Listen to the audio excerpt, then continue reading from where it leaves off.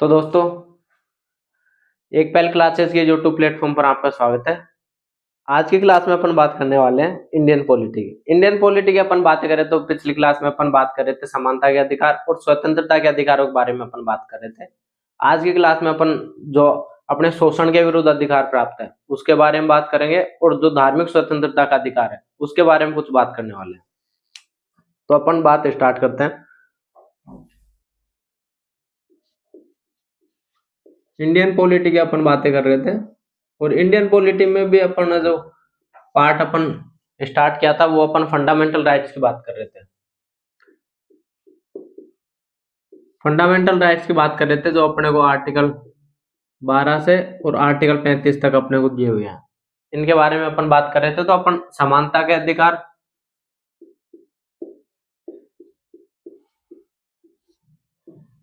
और स्वतंत्रता का अधिकार, इन दोनों अधिकारों की अपन बात कर चुके थे। आज की क्लास में अपन नेक्स्ट जो बात करने वाले हैं वो अपन बात करने वाले हैं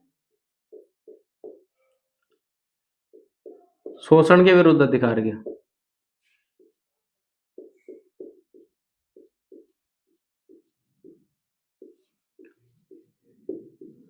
शोषण के विरुद्ध अधिकार की अपन बातें करें तो अपने को आर्टिकल 23 और 24 अपने शोषण से विरुद्ध जो अधिकार प्राप्त है उनके बारे में अपने 23 और 24 आर्टिकल बातें करते हैं।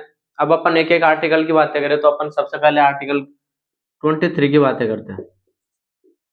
आर्टिकल 23 की अपन बात करें तो आर्टिकल 23 बात करता है मानव दुर्व्यापार और बलात् श्रम की अपने बातें करता है, बलात् श्रम से संरक्षण की बातें करता है। आर्टिकल 23 मानव दुर्व्यापार और बलात् श्रम से संरक्षण की बातें करता है। तो अपने इसमें अपने को दो पॉइंट देखने को मिलते हैं। पहला पॉइंट अपना है मानव दुर्व्यापार और दूसरा जो सेकंड पॉइंट है जो अपना की पॉइंट है वो है बलात् श्रम। तो अपन एक एक के बारे में बात करते हैं। मानव दुर्व्यापार की अपन बातें करें तो मानव दुर्व्यापार में अपने जो मनुष्य के जो खरीद बिक्री की जाती है तो उस पर रोक लगाता है, खरीद बिक्री पर रोक लगाता है। मनुष्य की बात करें तो इसमें महिलाएं हैं, बच्चे हैं और जो पुरुष होते हैं वो सभी इसमें सम्मिलित होते हैं। तो उनकी जो खरीद बिक्री की जाती थी उस पर रोक लगाने की अपने बात करता है आर्टिकल 23 का, जो अपने बात करता है मानव दुर्व्यापार। और मानव दुर्व्यापार और अपने जो बातें करता है मानव दुर्व्यापार में अपने जो देवदासी प्रथा और बातें करें दास प्रथा,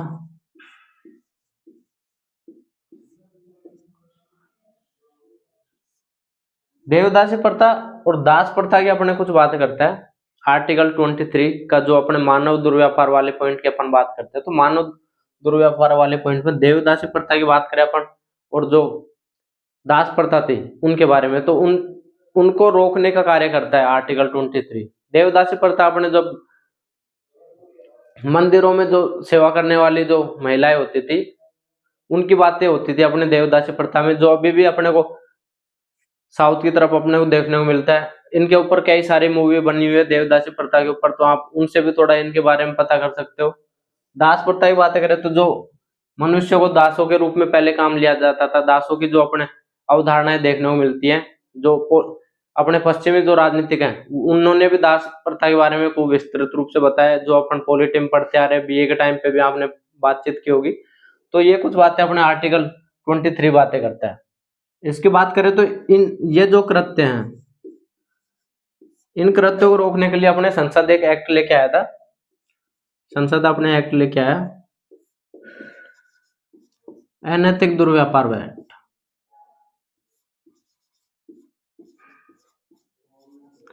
अनैतिक दुर्व्यापार एक्ट 1956 का, वो अपने इन कृत्यों को रोकने की बातें करता है।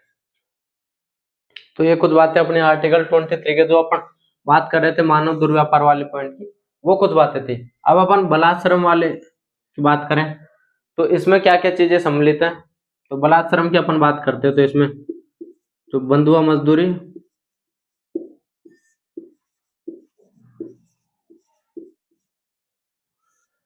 और बात करें बंधुआ मजदूरी, बेगार प्रथा,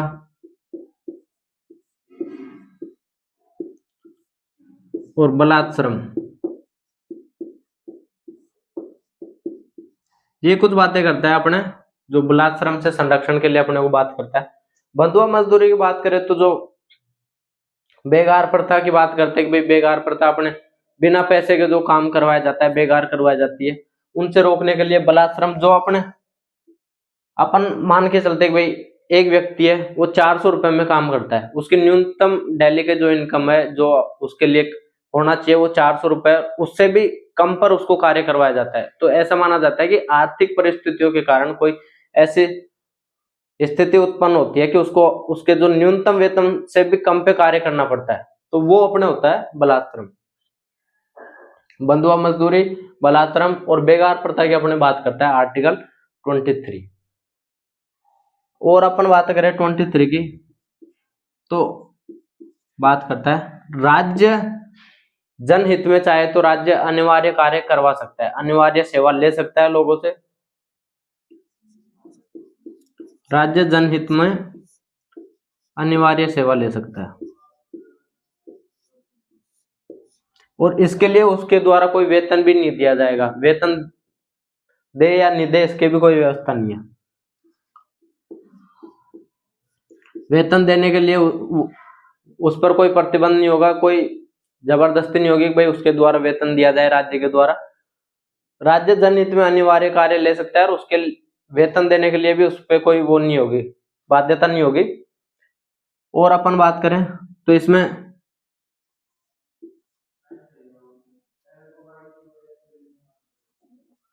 धर्म, मूलवंश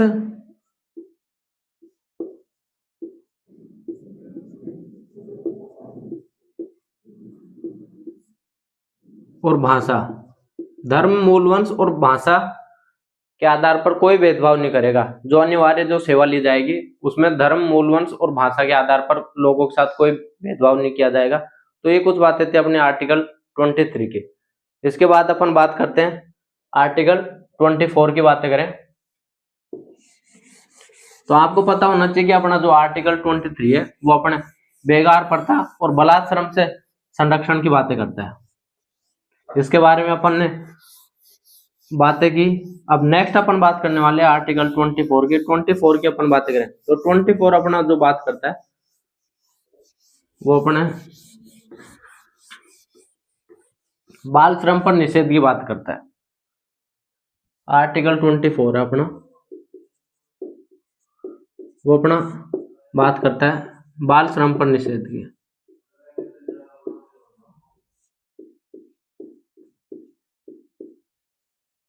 अब अपन बाल श्रम की बातें करें तो अपने गवर्नमेंट के द्वारा बाल एवं किशोर एक्ट 2016 का लागू किया हुआ है, उसकी थोड़ी बातें करते हैं। बाल एवं किशोर एक्ट 2016 ये अपने गवर्नमेंट के द्वारा पारित किया हुआ है, बाल एवं किशोर एक्ट 2016। उसके आधार पे अपन कुछ बातें करते हैं। तो आर्टिकल 24 बातें करता है कि जो बालक हैं जिनकी आयु 14 वर्ष से कम है वो कोई व्यवसायिक कार्य नहीं करेंगे, कोई व्यवसायिक गतिविधि नहीं कर सकते। ये निषेध करता है व्यवसायिक गतिविधि पर।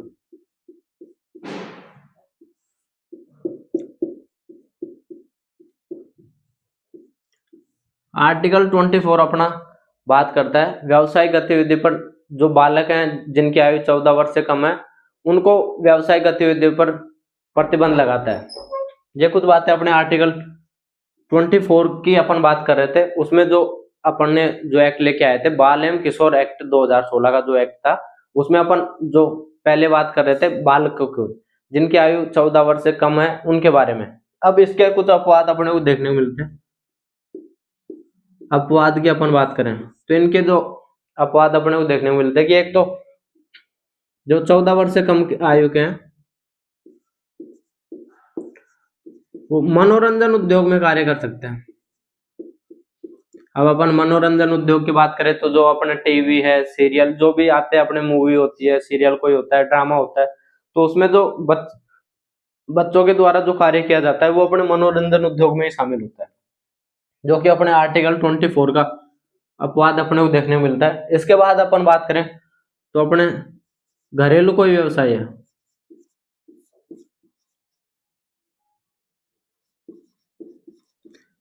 घरेलू व्यवसाय में वो कार्य कर सकता है, तो ये कुछ उसके अपवाद है। अब घरेलू व्यवसाय की अपन बात करें, घरेलू व्यवसाय में जैसे अपना कोई कृषि कार्य करते हैं तो कृषि कार्य में बच्चों से काम करवाया जा सकता है, कोई अपना कुटीर उद्योग है उनमें काम करवाया जा सकता है। तो ये अपने आर्टिकल 24 की अपन बात कर रहे थे, जिसमें अपन जो 14 वर्ष से कम आयु के लोग थे, कम आयु के जो बच्चे हैं उनके बारे में बात कर रहे थे। इसके बाद अपन बात करते हैं जो किशोर है, किशोर की अपन बात करें जिनकी आयु है अपने 14 से 18 ईयर, 14 से 18 ईयर वालों की अपन बात करें तो इनको खतरनाक व्यवसाय में कार्य करने पर इनको प्रतिबंध लगाया गया। इनकी अपन बात करें खतरनाक उद्योगों में कार्य पर प्रतिबंध। कोई ऐसे कार्यों में किशोरों के द्वारा ऐसा कार्य नहीं किया जाना चाहिए जो कि कोई खतरनाक गतिविधि हो, कोई ऐसा कोई कारखाना हो जिससे उनके स्वास्थ्य को नुकसान हो या फिर जिससे उनके हानि पहुंचे कुछ, तो ऐसे जो कार्य हैं उन पर प्रतिबंध लगाया गया है आर्टिकल 24, जिसमें अपन किशोरों की बातें कर रहे थे उनके ऊपर। अब अपन बात करें इन पर कुछ अपने, अगर ऐसा कार्य किसी के द्वारा करवाया जाता है तो उसके लिए जो उल्लंघन, इसका उल्लंघन किया जाता है, तो उल्लंघन की बातें करें तो उसके लिए कुछ अपने फैक्टर रखे गए कि उल्लंघन करने पर क्या उनके दंड होगा। तो उल्लंघन करने पर एक तो 20 के से 50 के का जुर्माना, 20,000 से 50,000 तक का जुर्माना आपको देना होगा। इसके अलावा बात करें 6 माह से 2 वर्ष की आपको जेल होगी, कारावास आपको दिया जा सकता है। और अगर इसका वापस से उल्लंघन किया जाता है, इसको दोहराया जाता है, इसको वापस से दोहराया जाता है तो अपने 1 साल से 1 ईयर से 3 ईयर तक उनको सजा का प्रावधान किया गया है, कारावास की इसमें की गई है। तो ये कुछ बातें अपने आर्टिकल 24 के बारे में थी। आर्टिकल 24 के बाद में अपन जो अपना शोषण के विरुद्ध जो अधिकार था वो यहाँ पे समाप्त होता है। इसके बाद अपन बात करने वाले हैं जो अपना नेक्स्ट जो मूल अधिकार अपने को प्राप्त है उसके बारे में, जो कि अपने धार्मिक स्वतंत्रता की बातें करता है। धार्मिक स्वतंत्रता वाले अपने जो अधिकार है उसके बारे में अपन बातें करें तो धार्मिक स्वतंत्रता का अधिकार अपने को आर्टिकल 25 से 28 के आर्टिकल अपने को ये अधिकार प्रदान करते हैं, जिसके बारे में अपन बात करने वाले हैं। अभी तक अपन ने 2 आर्टिकल के बारे में बातें की। जो अपने बात करते हैं आर्टिकल 23 अपने बात करता है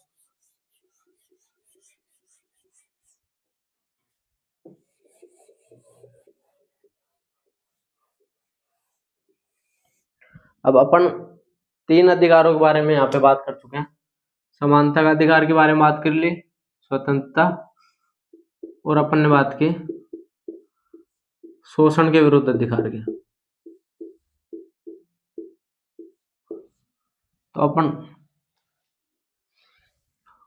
आगे अपन बात करें तो आगे अपन बात करने वाले हैं जो अपने नेक्स्ट अधिकार अपने को प्राप्त है धार्मिक स्वतंत्रता का। धार्मिक स्वतंत्रता का जो अपने को अधिकार दिया गया है वो आर्टिकल 25 से 28 के मध्य अपने को दिया गया। तो अब अपन एक एक की फिर से बात करते हैं। आर्टिकल 25 की अपन बातें करें आर्टिकल 25 की अपन बातें करें तो आर्टिकल 25 अपने को अंतःकरण की स्वतंत्रता प्रदान करता है। जो धर्म का जो अंतःकरण है, धर्म के अंतःकरण की स्वतंत्रता।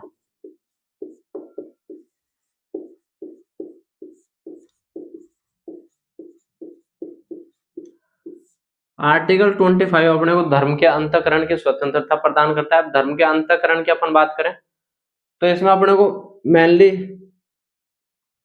अपने को 3 पॉइंट अपने को देखने को मिलते हैं। सबसे पहले अपन बात करते हैं कि भाई अपन किसी भी धर्म को मानने के लिए स्वतंत्रता है। ये नहीं है कि अपन ये हिंदू धर्म ही माने, या जो भी धर्म आप मानना चाहते हो उसके लिए आप पूर्ण रूप से स्वतंत्र तो होंगे। ये बात अपने करता है आर्टिकल 25।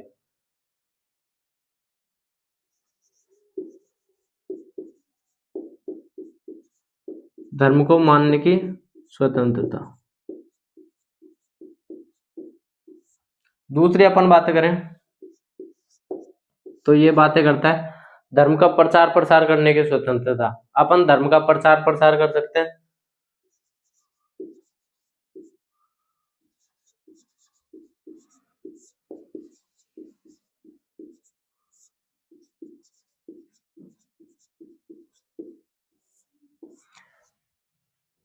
अपन धर्म को मानने की अपने को स्वतंत्रता प्राप्त है।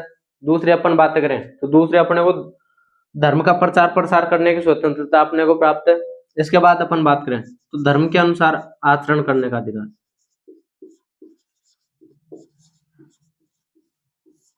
जैसे अपने धर्म में दिया हुआ है उसी प्रकार अपन आचरण कर सकते हैं। तो ये बातें अपने आर्टिकल 25 करता है। धर्म के अंतःकरण की अपने बातें करता है आर्टिकल 25, जो अपने को 3 प्रकार की बातें बताता है। धर्म को मानने की स्वतंत्रता, धर्म के अनुसार आचरण करने की स्वतंत्रता और धर्म का प्रचार प्रसार करने की स्वतंत्रता का जो अपने को अधिकार प्राप्त है वो अपने आर्टिकल 25 अपने को प्रदान करता है। ये बातें अपने आर्टिकल 25 के बारे में थी। आर्टिकल 25 के बाद अपन बात करें आर्टिकल 26 की।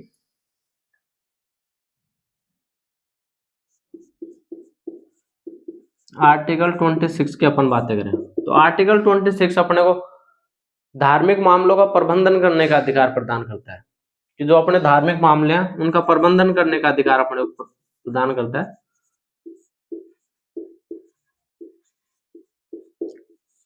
धार्मिक मामलों के प्रबंधन की बातें करता है।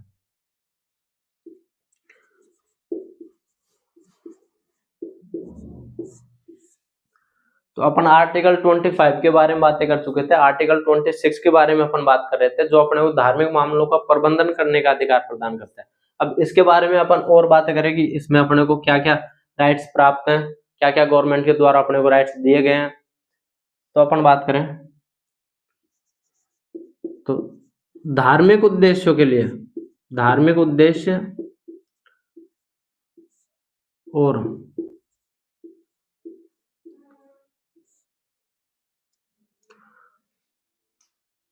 धर्मार्थ कार्य के लिए अपन धार्मिक उद्देश्य और धर्मार्थ कार्य के लिए अपन किसी संस्था की स्थापना कर सकते हैं और उसका प्रशासन कर सकते हैं। धार्मिक उद्देश्य के लिए अपन के अपने द्वारा की कोई संस्था की स्थापना की जा सकती है और उसका प्रशासन अपने द्वारा किया जा सकता है। ये बातें अपना आर्टिकल 26 करता है। 26 की अपन और बात करें तो धार्मिक उद्देश्यों के लिए या फिर अपने बात करें तो धार्मिक कार्यों के लिए चल व अचल संपत्ति ग्रहण की जा अर्जित की जा सकती है। चल अचल संपत्ति अर्जित करने की बात करता है और उसका जो विधि के अनुसार उसका प्रशासन करने का अधिकार अपने को प्रदान करता है।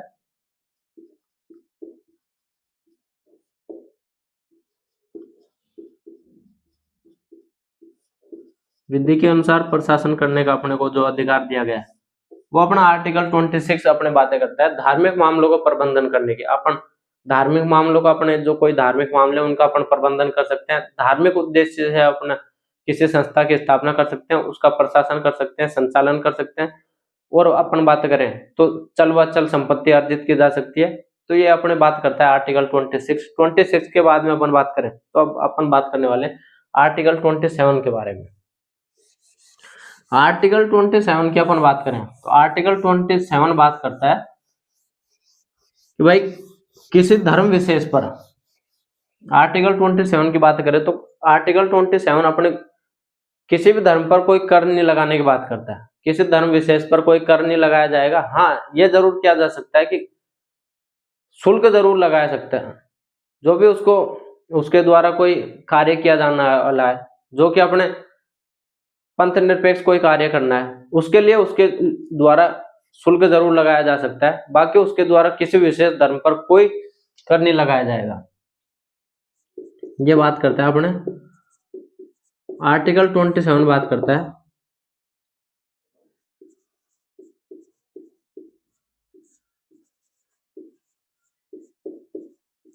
किसी धर्म विशेष पर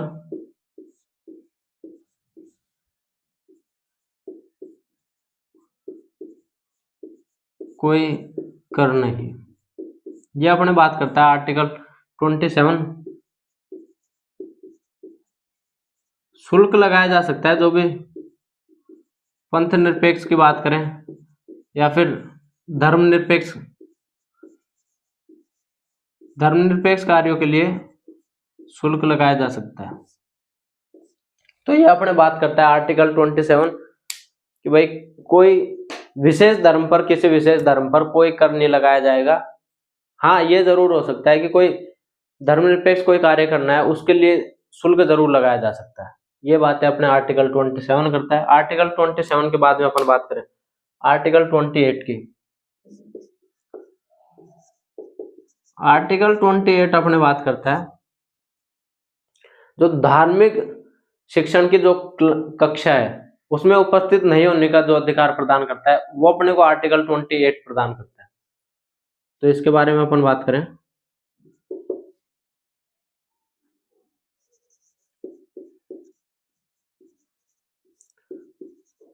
धार्मिक शिक्षण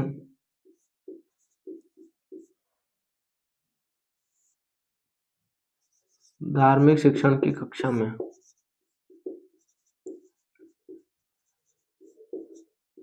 उपस्थित नहीं होने का अधिकार।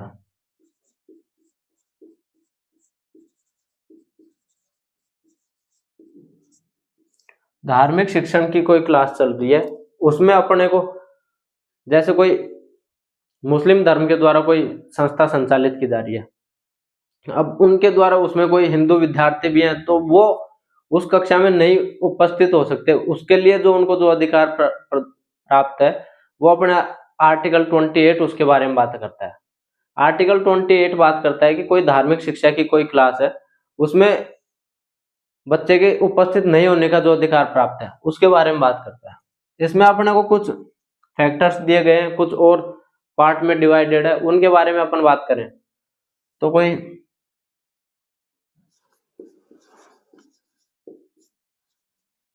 राजकीय कोई स्कूल है, स्कूल हो गया, विद्यालय हो गया, कोई शिक्षण संस्थान है, राजकीय शिक्षण संस्थान में धर्म से संबंधित कोई शिक्षा नहीं दी जाएगी, धार्मिक शिक्षा नहीं दी जाएगी।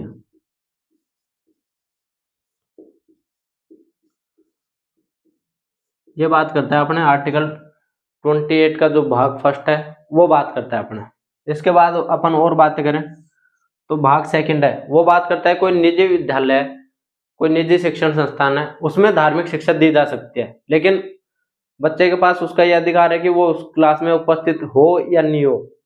उसके पास अधिकार रहता है कि वो उस क्लास में उसकी इच्छा हो तो वहां से उठकर जा सकता है, और अगर उसकी इच्छा है वहां बैठने की तो बैठ सकता है, बाकी इच्छा उसकी है। तो अपन बात करें निजी कोई शिक्षण संस्थान है, उसमें धार्मिक शिक्षा दी जा सकती है।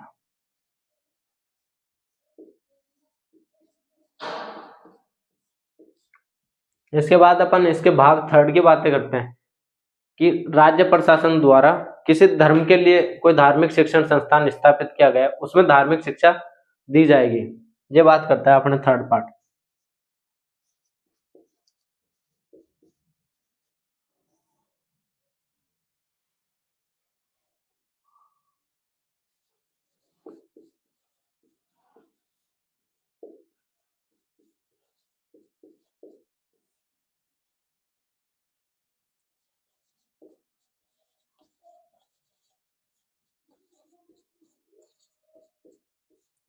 तो ये बातें थी अपने आर्टिकल 28। और जो अपना जो अपने धार्मिक स्वतंत्रता का जो अपने को राइट प्राप्त है उसके बारे में अपन बात कर रहे थे। आर्टिकल 25 अपने को धर्म के अंतःकरण की स्वतंत्रता। आर्टिकल 26 अपने को बातें करता है धार्मिक मामलों को प्रबंधन करने के। आर्टिकल 28 अपने 27 बात करता है किसी धर्म विशेष पर कोई कर नहीं लगाया जाएगा। और 28 जो बातें करता है वो धार्मिक शिक्षा की कक्षा में अनुपस्थित होने का जो अपने को अधिकार प्राप्त है उसके बारे में अपन बात कर रहे थे। तो अपनी ये बातें हो चुकी हैं। इसके बाद में अपन जो नेक्स्ट जो अपना अधिकार है, जो अल्पसंख्यक जो वर्ग है उनको जो अधिकार प्राप्त है उनके बारे में बात करते हैं। अल्पसंख्यकों के जो अधिकार है उनके बारे में।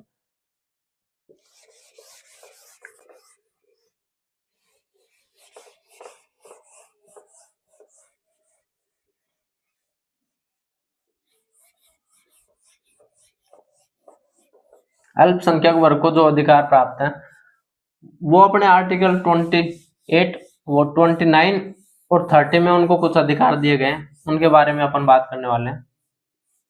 तो अपन अब तक 4 जो फंडामेंटल राइट है उनके बारे में बात कर चुके हैं। सबसे पहले अपन बात कर रहे थे समानता के अधिकार के बारे में। समानता के अधिकार के बाद में अपन ने बात की स्वतंत्रता के अधिकार के बारे में। स्वतंत्रता के अधिकार के बारे में के बाद में अपन ने बात की शोषण के विरुद्ध अधिकार के बारे में। शोषण के विरुद्ध अधिकार के बाद में अपन ने बात की आर्टिकल 25 से 28 जो अपने को धार्मिक स्वतंत्रता का जो अधिकार प्राप्त है उसके बारे में।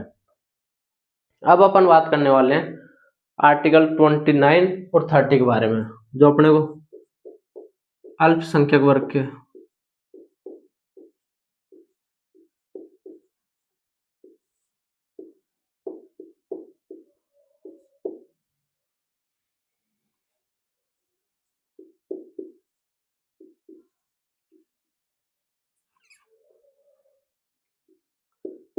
अल्पसंख्यक वर्गों के हितों के संरक्षण की बात करता है।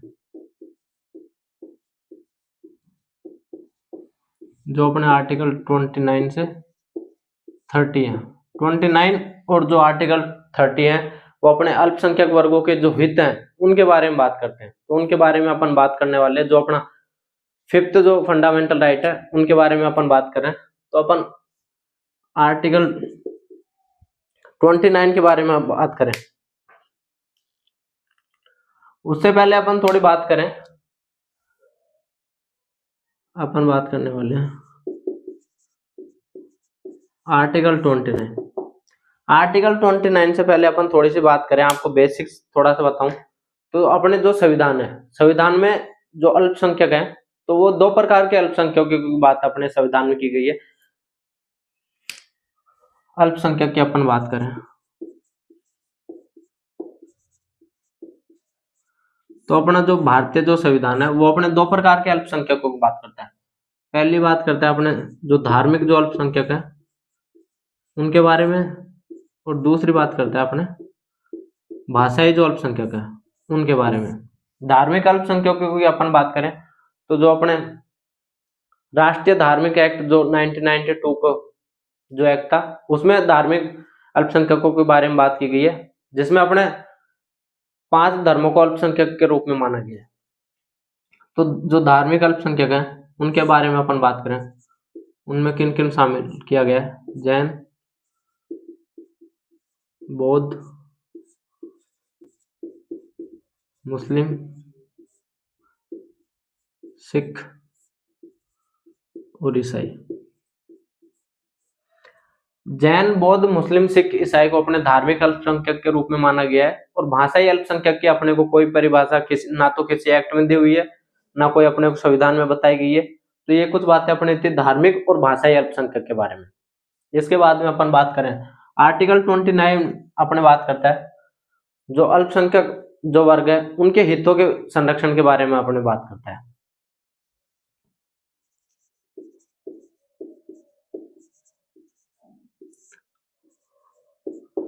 अल्पसंख्यक के हितों की बात करता है। अल्पसंख्यक के हितों की अपन बात करें तो अपने आर्टिकल 29 का जो अपन फर्स्ट भाग देखते हैं उसमें बात करता है कि भारत के किसी भी राज्य क्षेत्र में रहने वाले अल्पसंख्यक जो अपनी संस्कृति, भाषा और लिपि बनाए रख सकते हैं, उनको अपनी संस्कृति, भाषा और लिपि की रक्षा करने का अधिकार अपने आर्टिकल 29 उनको प्रदान करता है अपने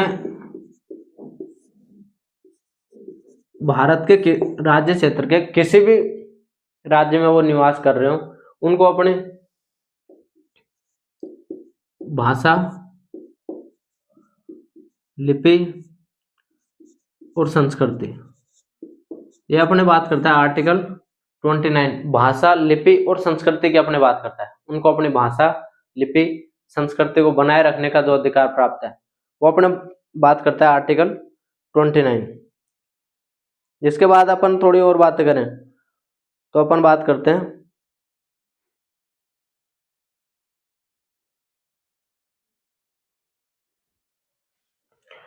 अगर भारत सरकार के द्वारा कोई, भारत सरकार के वित्त से कोई अपने संस्था संचालित की जाती है, उसमें धर्म, जाति और भाषा के आधार पर कोई भेदभाव नहीं किया जाएगा। ये और बातें करता है अपन और बात करें थोड़ी सी तो जो अपने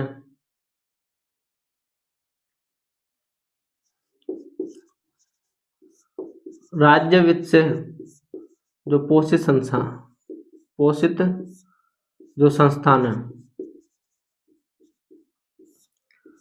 उनकी बातें करें तो उनमें धर्म,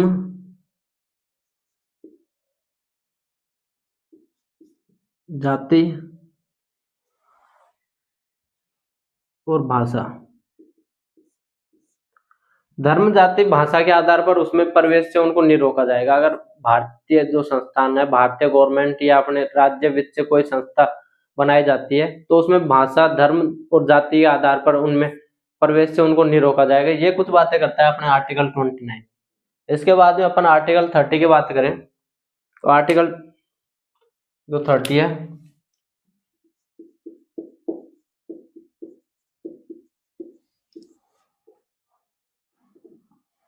आर्टिकल 30 है वो अपने बात करता है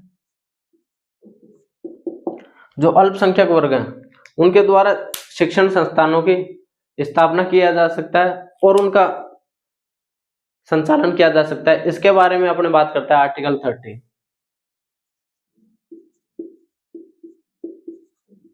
अल्पसंख्यक वर्ग शिक्षण संस्थान की स्थापना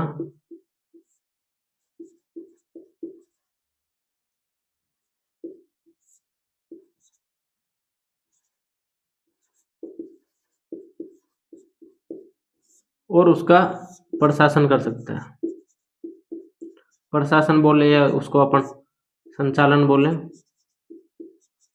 तो उसका जो अधिकार दिया गया है वो अपने आर्टिकल 30 उनको प्रदान करता है कि अल्पसंख्यक वर्ग के द्वारा किसी शिक्षण संस्थान की स्थापना की जा सकती है और उसका संचालन किया जा सकता है। अब अपन बात करें कि भाई अल्पसंख्यक वर्ग के द्वारा जो शिक्षण संस्थान स्थापित किए जाते हैं उनमें एक तो अपन पहले बात कर रहे थे कि उनमें जो रिजर्वेशन अपने को दिया जाता है वो रिजर्वेशन वहां पे प्राप्त नहीं होगा। और दूसरे अपन बात करें तो अल्पसंख्यक वर्ग के लोगों को 50% आरक्षण होगा कि कोई अल्पसंख्यक वर्ग है उनके लोगों का लिए वहां पे सीटें रिजर्व रखी जाएंगी। ये कुछ बातें अपनी एक्स्ट्रा है। एक तो 50% सीटें यहाँ पे रिजर्व रहेंगी, वो अपने अल्पसंख्यक वर्ग के लिए 50% सीटें रिजर्व रखी जाएंगी और यहाँ पर रिजर्वेशन नहीं होगा। अपन बात कर रहे थे कि जो आर्टिकल 55 और 56 जो बात करता है वो रिजर्वेशन जो प्राप्त है वो अपने यहाँ पे प्राप्त नहीं होगा। अल्पसंख्यक वर्ग के द्वारा जो शिक्षण संस्थान स्थापित किए जाते हैं तो यहाँ पे वो प्राप्त नहीं होगा। और अपन बात करें तो आर्टिकल जो 30A है, आर्टिकल 30A की अपन बात करें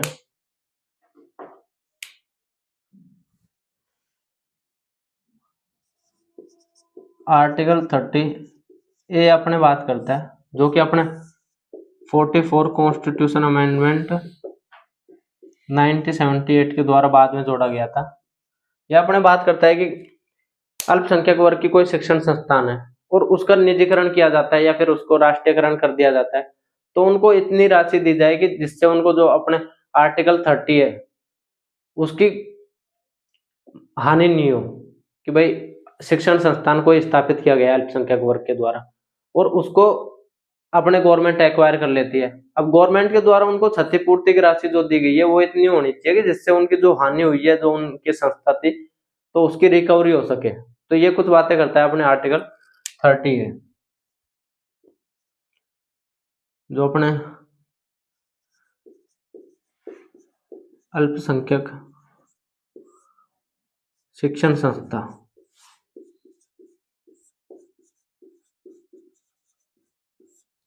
संस्था को गवर्नमेंट के द्वारा अधिग्रहण किया जाता है, तो उसकी क्षतिपूर्ति की राशि के बारे में बात करता है।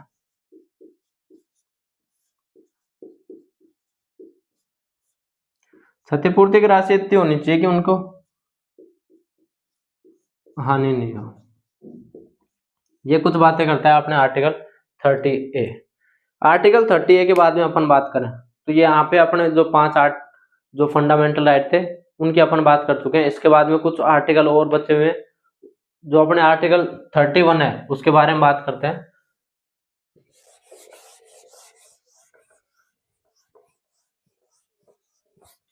आर्टिकल 31 की अपन बात करें तो अपन जो संपत्ति के अधिकार की बात कर रहे थे वो अपने मूल रूप से आर्टिकल 30A में दिया हुआ था, जिसको वर्तमान में भाग 12 और आर्टिकल 300A में उसको रखा गया है, जो कि वर्तमान में संवैधानिक अधिकार उसको बना दिया गया है। तो आर्टिकल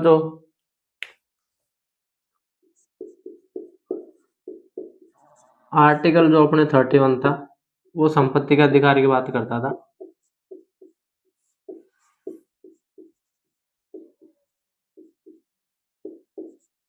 इसके बारे में पहले अपन बात कर चुके हैं कि भाई आर्टिकल जो अपने संपत्ति का अधिकार था उसको 44 कॉन्स्टिट्यूशन अमेंडमेंट 1978 के द्वारा अपने भाग 12 और जो अनुच्छेद 300A में उसको रखा गया है वर्तमान समय में, और उसको संवैधानिक अधिकार बना दिया गया। तो इस बारे में अपन बात कर चुके थे। इसके बाद अपन बात करें आर्टिकल 31A की अपन बात करें। आर्टिकल 31A बातें करता है अपने जो कोई भी अपन जो निजी अपना कोई व्यवसाय है या व्यावसायिक और कोई संस्था है, निजी संस्था और निजी व्यवसाय,